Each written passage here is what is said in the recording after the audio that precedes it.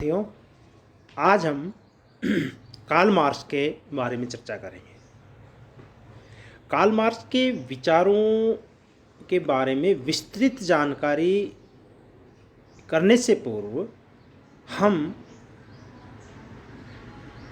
उसकी रचनाओं, उसका जन्म और उसको प्रथम वैज्ञानिक समाजवादी कहा जाता है, इसके बारे में चर्चा करेंगे। कार्ल मार्क्स एक ऐसा राजनीतिक चिंतक था जिन्होंने पूंजीवादी व्यवस्था में श्रमिक वर्ग का हित सोचा और इस व्यवस्था के फलस्वरूप उन्होंने समाजवादी व्यवस्था, जो कि पहले काल्पनिक थी, उसकी जगह पर वैज्ञानिक समाजवाद का उदय किया। कार्ल मार्क्स वह समाजवादी विचारक था जिसने सामाजिक और आर्थिक परिवर्तन लाने की बात कही। कार्ल मार्क्स से पूर्व अनेक ब्रिटेन और फ्रांस के विचारक हुए जिनके द्वारा समाजवादी विचार व्यक्त किए गए। उनमें से फ्रांस के Babeuf, Saint Simon, Charles Fourier और इंग्लैंड के John D Sismondi, doctor Hall, William Thomson और रॉबर्ट ओवन। ये विचारक पूंजीवादी व्यवस्था में विद्यमान धन की विषमता, स्वतंत्र प्रतियोगिता और आर्थिक क्षेत्र में राज्य के अशेप नीति के कटु आलोचक थे। अर्थात ये कार्ल मार्क्स के पहले के विचारक थे जो पूंजीवादी व्यवस्था में आर्थिक धन की जो विषमता है उसका ये विरोधी थे। अर्थ के मामले में राज्य द्वारा व्यक्तियों को स्वतंत्र छोड़ने के फलस्वरूप पूंजीवादी व्यवस्था की उत्पत्ति हुई और उस स्वतंत्रता के ये भी विरोधी थे और आर्थिक क्षेत्र में राज्य के द्वारा हस्तक्षेप किया जाना उसके भी विरोधी थे। ये विचारक आर्थिक विषमता के स्थान पर समाज में धन के न्यायोचित वितरण पर बल देते थे। अर्थात जो समाज में धन है उसका समान रूप से सब लोगों में वितरण हो। किंतु उन्होंने यह नहीं बताया कि ये विषमता किन कारणों से उत्पन्न हुई है।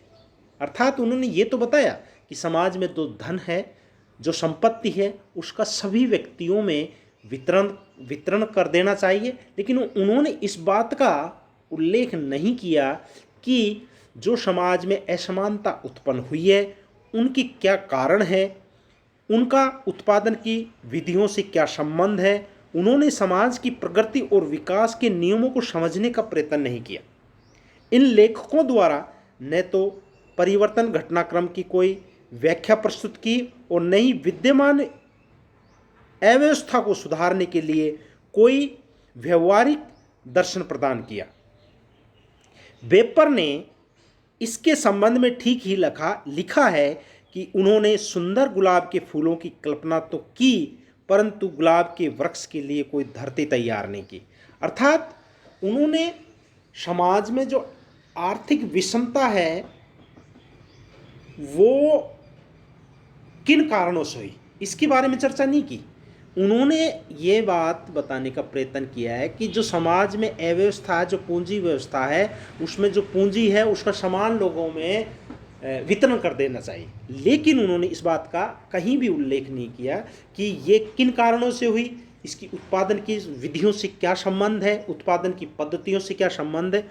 और इस आधार पर कार्ल मार्क्स के पूर्व के जितने भी समाजवादी थे उनको शोपन लोके अर्थात यूटोपियन सोशलिस्ट कहा जाता है। उन्होंने कल्पना के आधार पर सब काम किया था।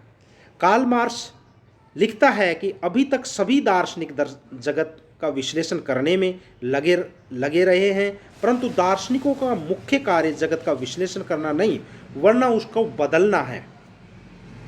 अतः मार्क्स द्वारा प्रतिपादित समाजवाद एक काल्पनिक विचारधारा न होकर विधिवत रूप से प्रतिपादित एक व्यवहारिक दर्शन है। इस दृष्टि से मार्क्स को वैज्ञानिक समाजवादी कहा जाता है। अर्थात उन्होंने जो समाजवाद की व्यवस्था स्थापित की उसका क्रमबद्ध रूप से वैज्ञानिक ढंग से अध्ययन किया। मार्क्स का समाजवाद इतिहास की गूढ़ अध्ययन पर आधारित है। कार्ल मार्क्स उन विचारकों से बिल्कुल सहमत नहीं है जिन्होंने इतिहास को कुछ महान व्यक्तियों का कार्य का परिणाम मात्र माना। अर्थात इतिहास केवल व्यक्तियों का इतिहास नहीं है, इस बात को कार्ल मार्क्स नहीं मानता था।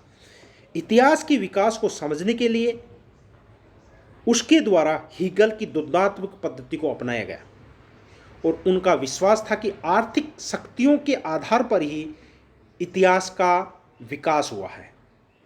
कार्ल मार्क्स प्रथम व्यवहारिक दार्शनिक है जिसने इस बात पर अत्यधिक बल दिया कि ऐतिहासिक घटनाओं पर आर्थिक परिस्थितियों का प्रभाव पड़ता है। इससे पूर्व जितने भी राजनीतिक चिंतक हुए थे उन्होंने ये नहीं माना कि इतिहास की घटनाएं मूल रूप से आर्थिक घटनाओं से प्रभावित होती है। कार्ल मार्क्स पहला विचारक था जिसने इस बात का प्रतिपादन किया कि आर्थिक परिस्थितियों, आर्थिक घटनाएं का राजनीतिक और ऐतिहासिक घटनाओं से डायरेक्ट संबंध होता है। मार्क्स ने आधुनिक समाज की गूढ़ और आलोचनात्मक दृष्टि से अध्ययन किया। उसने पूंजीवादी व्यवस्था के दोषों का वर्णन करने के साथ साथ पूंजीवाद का अंत कर वर्गविहीन समाज की स्थापना करने के लिए एक विधिवत प्रक्रिया का वर्णन किया। इस प्रकार समाजवाद को उसकी भावुक और काल्पनिक पृष्ठभूमि से निकालकर उसे वैज्ञानिक रूप प्रदान किया। केवल इतना ही नहीं, वरना समाजवादी व्यवस्था की स्थापना का उद्देश्य से उनके द्वारा विश्व के मजदूर एक हो जाओ, इन शब्दों में श्रमिक वर्ग का क्रांति के लिए आह्वान किया गया।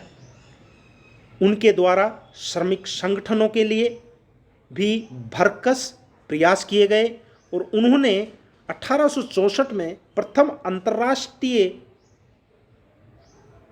श्रमिक संगठन की स्थापना के लिए कदम उठाए। इस प्रकार उन्होंने विद्यमान व्यवस्था की व्याख्या करने के लिए विश्व की आर्थिक और राजनीतिक व्यवस्था को परिवर्तित करने के लिए एक व्यवहारिक मार्ग अपनाया। इस प्रकार कार्ल मार्क्स एक ऐसा राजनीतिक चिंतक था जिसने आर्थिक घटनाओं को इतिहास की घटनाओं से जोड़ा। उन्होंने सभी घटनाओं का मूल कारण आर्थिक गतिविधियों को माना।